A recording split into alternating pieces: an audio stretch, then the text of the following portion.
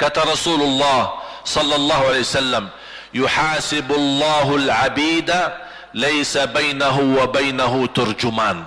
Allah akan hisab hamba-hambanya satu demi satu, bersatu dan tidak ada penerjemah. Jadi tidak bagi terjemah, translate. Ya Allah, saya tidak mengerti bahasa Arab, saya tidak mengerti bahasa, ya Allah, gimana ini, saya butuh translate atau benacara supaya bisa bantu saya lulus dari hukum. Tidak ada. Yang hakim Allah, keputusannya Allah, yang menentukan Allah, mahkamah yang dikuasai Allah, hamba di hadapan Allah, saksi semua, tangan saksi, mata saksi, lidah saksi, kaki saksi, buku amal saksi, malaikat saksi. Bagaimana kita mau lari? Ditanya oleh Allah, hei hambaku, ingat enggak di malam itu, di tempat itu, kamu berlakukan dosa itu? Seorang hamba yang masih memiliki iman, dia merasa dan ingat, dan dia merasa malu, dia tunduk kepalanya. Kata Allah, malu ya, malu. Tunduk, ya malu ya Allah, malu, malu. Dan subhanallah, tanda rahmat Allah, ketika Allah bertanya dengan kita, tidak ada orang lain yang bisa lihat. Supaya apa? Supaya hisab kita di antara kita sama Allah tidak terbocor kepada orang lain, supaya tidak malu sama orang lain. Allahu Akbar. Habis kita sudah ngaku diri, ya Allah, saya ingat dan saya rasa salah dan saya malu. Apa kata Allah? Waktu itu kamu lakukan dosa itu, aku tutupi. Aku tutupi. Tak ada yang tahu. Kita lakukan dosa ini udah sekian tahun, ada yang tahu enggak? Tak ada yang tahu. Karena kita lakukan di saat sembunyi. Kata Allah, di saat itu kamu lakukan dan kamu tahu itu dosa, tapi aku tutupi. Supaya kamu jangan menjadi malu di depan keluarga atau di depan sahabat. Aku tutupi. Dan aku sekarang sudah menutupi dosamu di dunia, dan sekarang aku hapuskan dan ampuni dosamu di akhirat. Allahu Akbar. Disitulah terasa anugerah ampunan Allah yang maha kuasa. Dan Allah di saat itu mampu menghukum kita. Dan kalau Allah menghukum kita, Allah tidak pernah menzalimi kita. Justru itu keadilan Allah. Tapi Allah tidak memperlakukan keadilannya, justru yang mendahulukan ampunan dan kasih sayangnya. Habis selesai hisab, harus semua tanpa kecuali liwati neraka Jahannam di atas sirat. Sirat yang panjang, yang kejam seperti pedang, yang tipis sampai tidak bisa dilihat oleh mata. Katanya tipisnya seperti, subhanallah, imam bisa jalan di atas rambutnya. Kejam lagi, masuk di atas serat, terus jalan. Di saat itu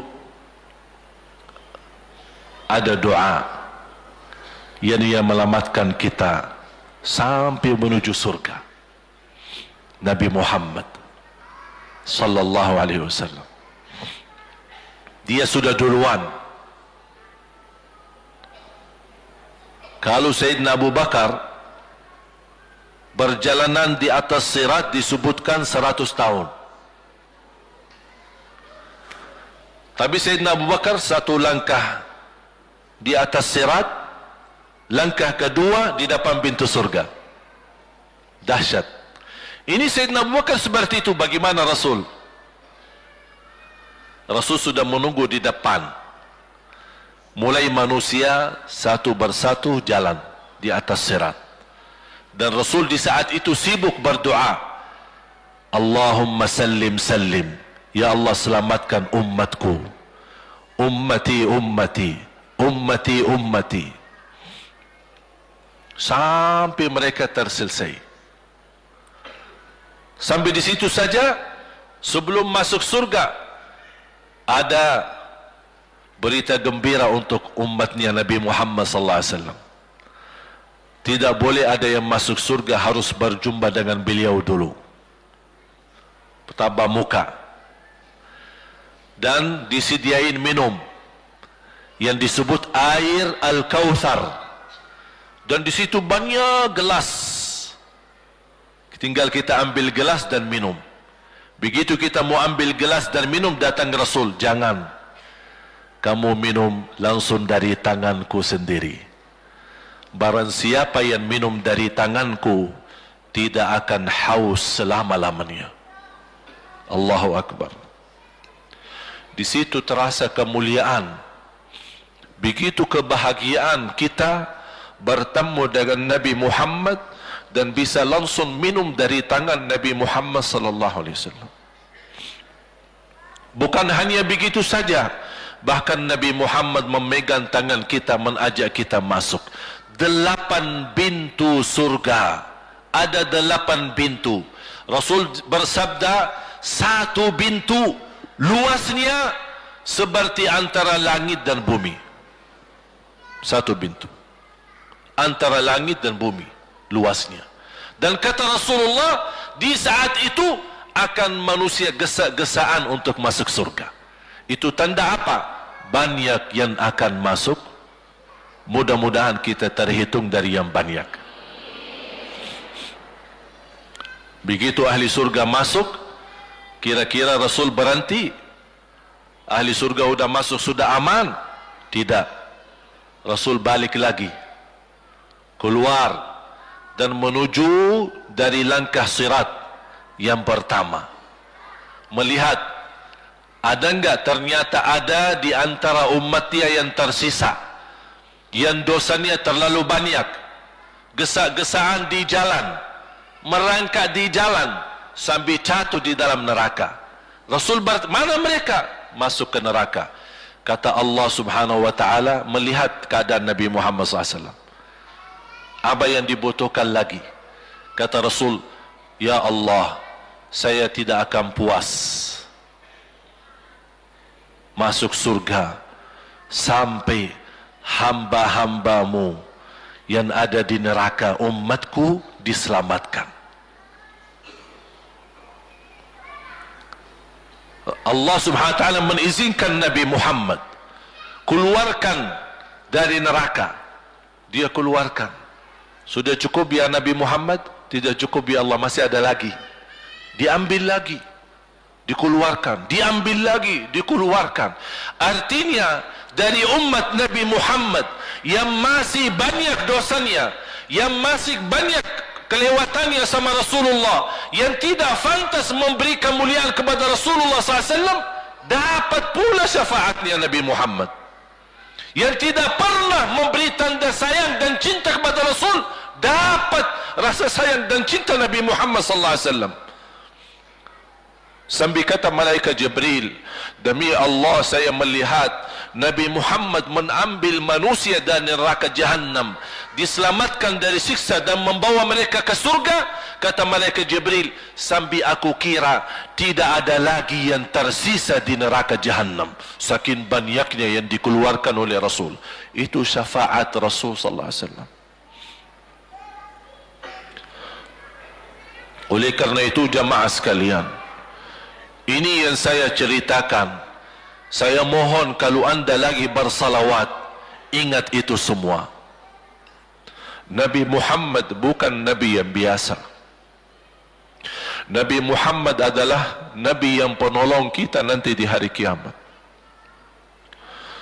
Seandainya kita masuk neraka Jahannam, masih ada harapan kita dapat syafaat Nabi Muhammad SAW.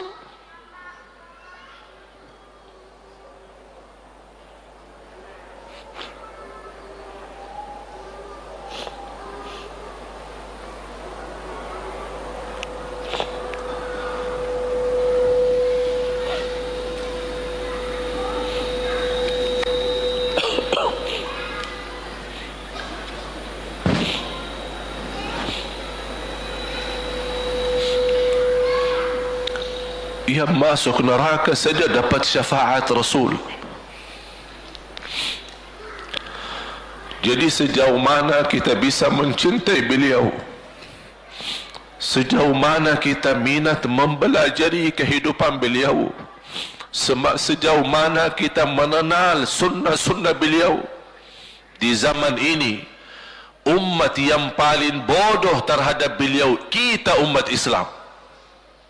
Kita umat Islam banyak hal yang tidak tahu tentang beliau, tidak tahu bagaimana perjuangan beliau, bagaimana doa beliau untuk kita, bagaimana kesedihan beliau kalau ada di antara kita yang kena musibah atau keburukan, apalagi masuk neraka.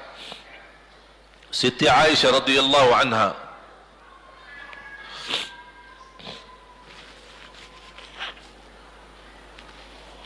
Siti Aisyah radhiyallahu anha pernah minta sama Rasul doa. Ya Rasulullah, tolong doakan saya. Rasul mendoakan, Allahumma ighfir li Aisyah ma taqaddama min dhanbiha wa ma ta'akhkhar, ma qaddamat wa ma akharat, wa ma asarrat wa ma a'lanat. Ya Allah, ampunilah dosa-dosa istriku Aisyah, dosa yang lama, dosa yang baru, dosa yang terang-terangan maupun dosa yang tersembunyi. Siti Aisyah menaminkan doa Nabi Muhammad dan menangis dan bangga dan senang. Saking senangnya, saking bahagianya, dia tertawa sambil Rasul melihat Siti Aisyah. Senang wahai Aisyah? Apakah kamu senang dengan doaku? Kata Siti Aisyah, bagaimanakah aku tidak senang? Aku justru merasa bahagia dengan doamu untukku ya Rasulullah. Apa kata Rasul? Ketahuilah wahai Aisyah, ketahuilah doaku yang baru ini untukmu, itulah selalu doaku untuk umatku di setiap salat. Itu doa Nabi kita buat kita. Setiap beliau salat mendoakan kita, ya Allah, ampuni dosa umatku, dosa yang lama, dosa yang baru, dosa yang sembunyi, dosa yang terang-terangan. Setiap salat itu doa Nabi kita, Nabi Muhammad SAW untuk kita semua. Apa yang diminta oleh Rasul? Rasul tidak minta banyak dari kita. Salah satu yang diminta oleh Rasul dan memohon, satu itu berbanyak, itu satu-satunya yang Rasul minta banyak. Selain itu Rasul tidak pernah minta banyak. Satu-satunya Rasul minta banyak. Apa? Salawatlah kepadaku, berbanyaklah salawat kepadaku. Mengapa Rasul minta berbanyaklah salawat kepadaku? Kenapa tidak minta amalan yang lain untuk dibanyakkan salawat atau amalan yang lain? Mengapa hanya salawat? Rasul berpesan berbanyaklah salawat kepadaku, karena Rasul tahu dengan kita berbanyak salawat kita akan dijamin dapat syafaat beliau, dan itulah beliau yang diinginkan. Bukan hanya dapat syafaat, bahkan Rasul sendiri bersabda, aqrabukum minni majlisan yaumal qiyamah, yang paling dekat kepadaku hari kiamat, yang paling banyak salawat kepadaku. Bahkan berita gembira bagi seorang hamba umat Nabi Muhammad SAW, akthiru alayya minas salati yaumal jumu'ati wa laylataha fa inna salatakum tablughuni haitsu kuntum. Ini keistimewaan khusus, kelebihan, amalan yang utama, bahkan yang terutama di hari Jumaat dan di malam Jumaat, fokus hanya bersalawat kepada Rasul. Mengapa? Karena Rasul yang berpesan, Rasul yang minta. Rasul berpesan, berbanyaklah salawat kepadaku malam Jumaat dan hari Jumaat. Mengapa ya Rasulullah khusus hari Jumaat dan malam Jumaat? Karena salawat kalian Allah sampaikan kepadaku. Kata guru saya, barang siapa yang ingin Rasul kenal dengan dia, berbanyaklah salawat kepada beliau, karena langsung nama kita akan sampai. Ya Rasulullah, ini salawat bapa dan ibu dari Bandung. Kan sampai. Ada riwayat, ada malaikat khusus tugasnya setiap kita bersalawat dibawa kepada Rasulullah sallallahu alaihi wasallam. Allahu akbar. Bahkan ada orang bertanya kepada guru saya, Syekh Muhammad Ibn Muhammad Ibn Mukhtar Asy-Syanqiti, dan beliau masih hidup. Subhanallah, ketika di salah satu pertanyaan di majlis ta'lim di Masjid Nabawi, ada orang bertanya, mana yang lebih diutamakan di hari Jumat? Banyak baca Quran atau banyak salawat? Kita milih yang mana? Beliau menjawab dengan jelas, dengan tegas, di hari Jumat dan malam Jumat lebih utama banyak salawat daripada banyak baca Quran. Mengapa? Karena kata beliau, karena itulah permintaan Rasul sendiri. Berbanyaklah salawat kepadaku di hari Jumat dan di malam Jumat. Dan banyak riwayat yang lain.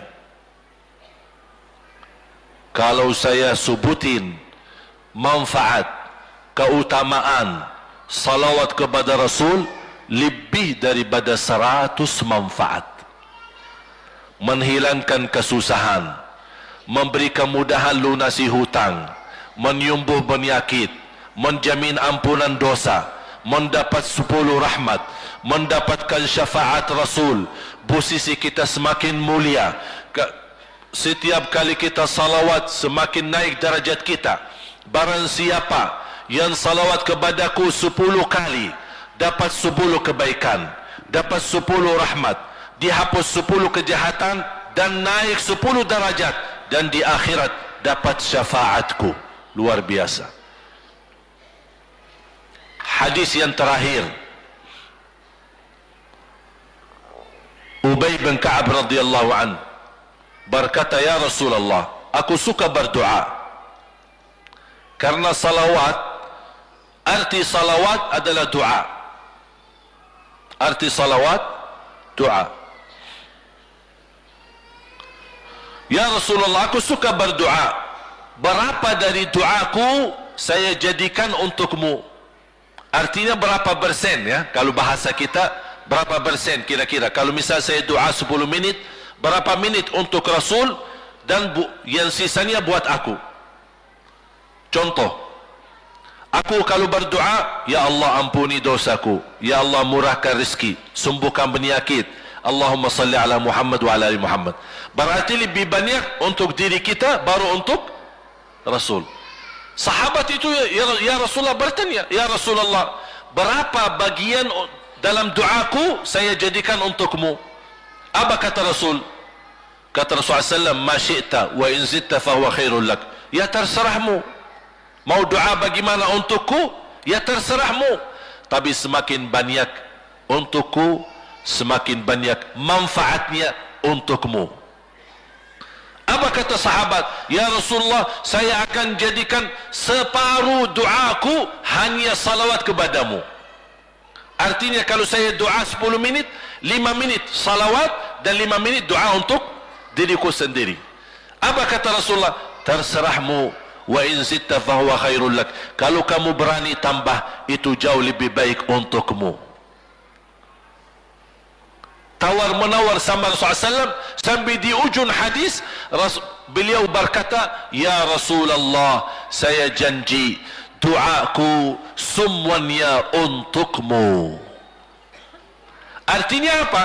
Kalau dia angkat tangan berdoa, tidak satu pun minta buat dirinya. Bismillahirrahmanirrahim. Allahumma salli ala Muhammadin wa ala ali Muhammad. Allahumma salli ala Muhammadin wa ala ali Muhammad. Allahumma salli, sampai selesai. Tidak minta ampunan, tidak minta rezeki, tidak minta sehat, tidak minta keturunan, tidak minta apa-apa. Hanya fokus dengan salawat. Karena dengan salawat, apa yang kita niatkan terkabul.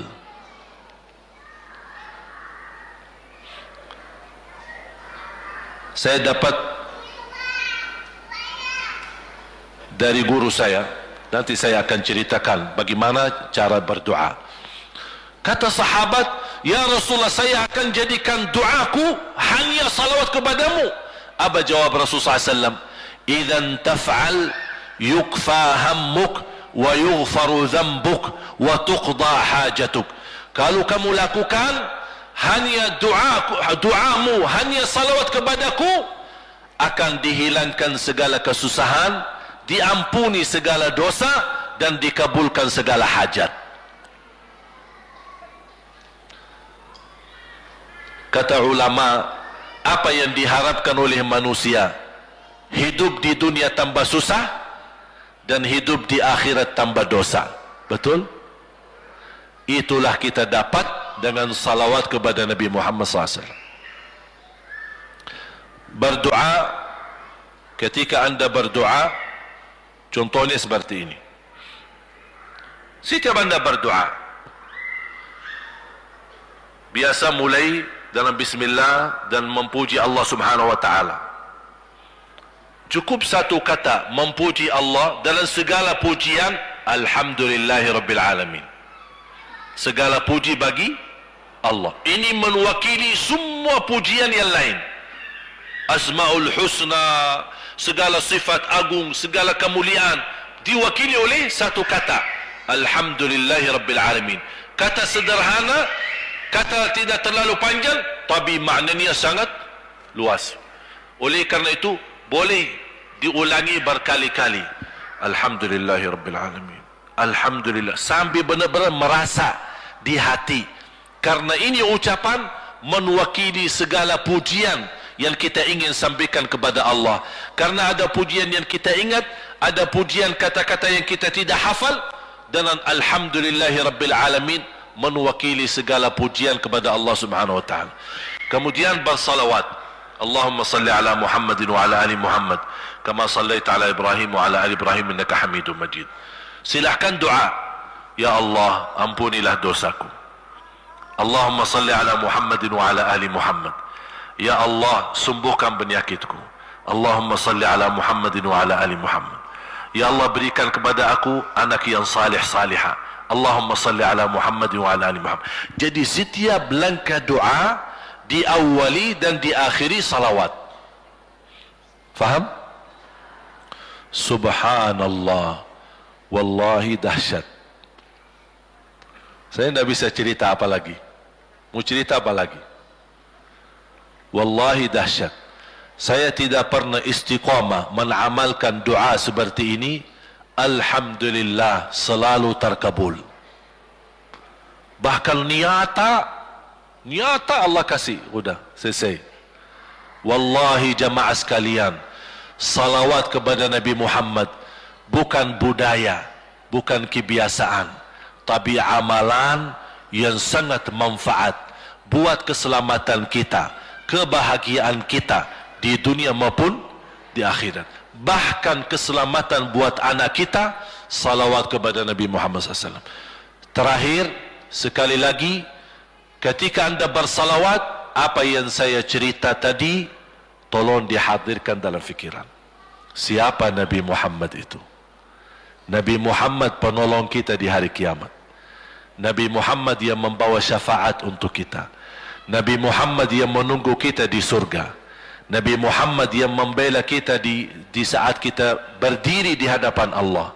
Nabi Muhammad yang akan membantu mendoakan kita saat jalan di atas sirat. Nabi Muhammad yang mendampingi kita nanti ketika kita minum dari air Al-Kautsar. Nabi Muhammad yang menemani kita masuk ke dalam surga. Nabi Muhammad yang tidak pernah lupa sama kita. Makanya ketika anda bersalawat dan membawa perasaan dan membawa penghayatan ini, InsyaAllah jemaah sekalian akan terasa, ya Allah, ternyata indahnya salawat kepada Rasul. Karena sudah kontak di hati. Apalagi kalau anda begitu salawat dan salam, Rasul jawab. Rasul jawab kita. Waalaikumsalam ibu. Tapi cuma kita tidak dengar. Dia dengar salawat kita. Dia dengar salam kita, tapi kita tidak mendengar jawab beliau. Allahu Akbar. Wallahi kalau bisa kita rasakan, wallahi ibu bapa akan sendiri menangis tanpa merasa. Sendiri, kok tiba-tiba nangis? Kok tiba-tiba kok dah bisa tahan diri? Karena Nabi Muhammad itulah yang semestinya sudah menguasai hati kita, sudah ada di hati kita, sudah mempenuhi rasa cinta di dalam hati kita. Makanya kata Rasulullah, tidak sempurna iman seorang sampai dia mencintaiku lebih dari ibunya, lebih dari bapaknya, lebih dari anaknya, lebih dari hartanya, bahkan lebih dari dirinya sendiri. Baru sempurna imannya. Bagaimana kita bisa mencapai kesempurnaan iman seperti ini? InsyaAllah dengan bersalawat, dengan membawa perasaan, membawa kehadiran cerita-cerita yang sama-sama kita belajari, baru akan terasa di dalam hati. Posisi Nabi Muhammad akan semakin besar, semakin mulia di hati kita. InsyaAllah semakin mulia di hati kita, InsyaAllah akan semakin semangat beribadah, semakin semangat mendekati, semakin semangat mempelajari, dan semakin insyaAllah menjadi baik di mata Allah dan insyaAllah baik di mata manusia. Amin ya Rabbal Alamin. Bismillahirrahmanirrahim. Alhamdulillahi Rabbil Alamin. Alhamdulillahi Rabbil Alamin. Segala puji bagimu ya Allah. Alhamdulillahi Rabbil Alamin. Segala pujimu bagimu ya Allah.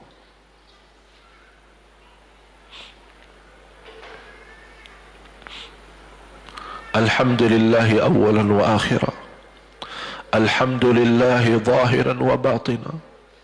Alhamdulillahi kathira. Hamdan kama yanbaghi li jalali wajhika al-karim wa li'azim sultanik. Ya Rabbi lakal hamdu hamdan kathiran tayyiban mubarakan fih mubarakan alaih kama yuhibbu rabbuna wa yarda. Allahumma lakal hamdu hamda syakirin, hamda al-hamidin, hamda al-sadiqin, hamda al-mu'minin, hamda al-muttaqin, hamdan kathira ya Rabbal Alamin. Allahumma salli ala Sayyidina Muhammad wa ala ali Sayyidina Muhammad. Allahumma ya Allah, berilah kepada kami petunjuk kepada jalan yang lurus. Allahumma salli ala Muhammad wa ala ali Muhammad. Hidupkanlah kami dalam keadaan iman, wafatkanlah kami dalam keadaan Islam. Allahumma salli ala Muhammad wa ala ali Muhammad. Akhiri hayat kami dengan husnul khatimah, husnul khatimah. Allahumma salli ala Muhammad wa ala ali Muhammad. Ya Allah, sucikan hati kami, bersihkan jiwa kami. Allahumma salli ala Muhammad wa ala ali Muhammad. Ya Allah, aku mohon untuk semua jamaah yang hadir, selepas acara ini masing-masing pulang sudah diampuni segala dosanya. Allahumma salli ala Sayyidina Muhammad.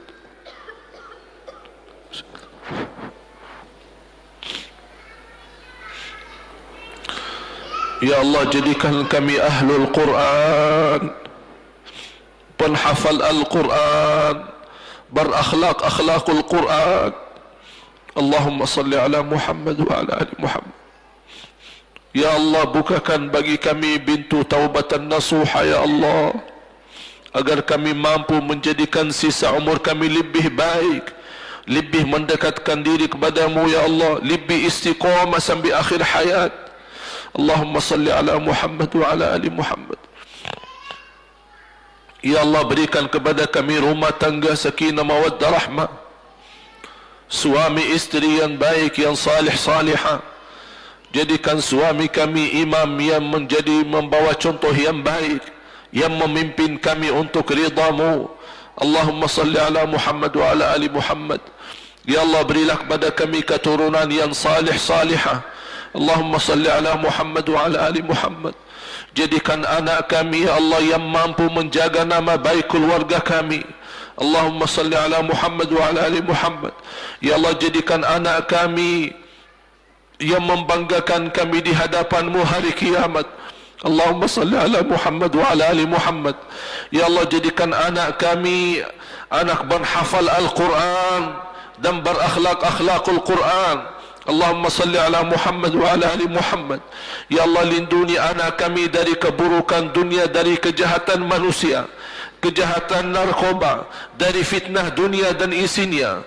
Allahumma salli ala Muhammad wa ala ali Muhammad.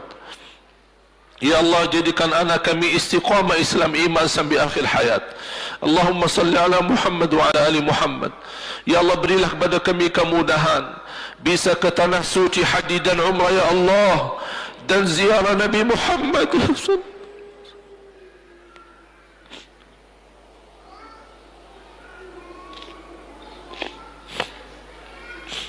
Ya Allah, walaupun banyak kekurangan kami, banyak kebodohan kami terhadap agama-Mu, banyak kelemahan kami, tapi kami sungguh sangat merindukan Nabi Muhammad.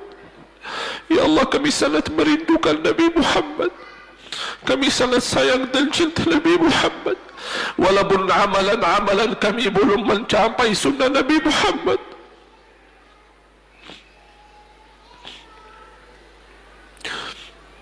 Ya Allah, jadikan cintaan kami dan rasa rindu kami kepada Nabi Muhammad yang menjamin kita bertemu Nabi Muhammad dan mencium tangan Nabi Muhammad dan minum air Al-Kautsar dari tangan Nabi Muhammad dan mendampingi Nabi Muhammad ke dalam surga. Ya Allah, Allahu Akbar, Allahu Akbar.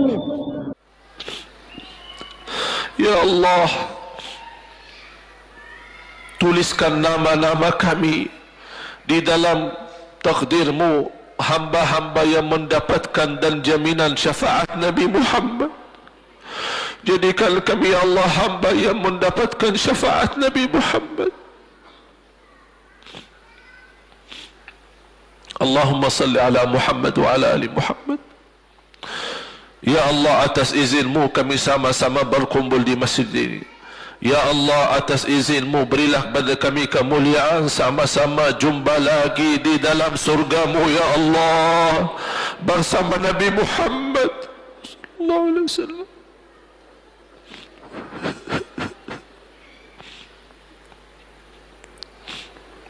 Allahumma salli ala Muhammad wa ala ali Muhammad. Ya Allah, kami hamba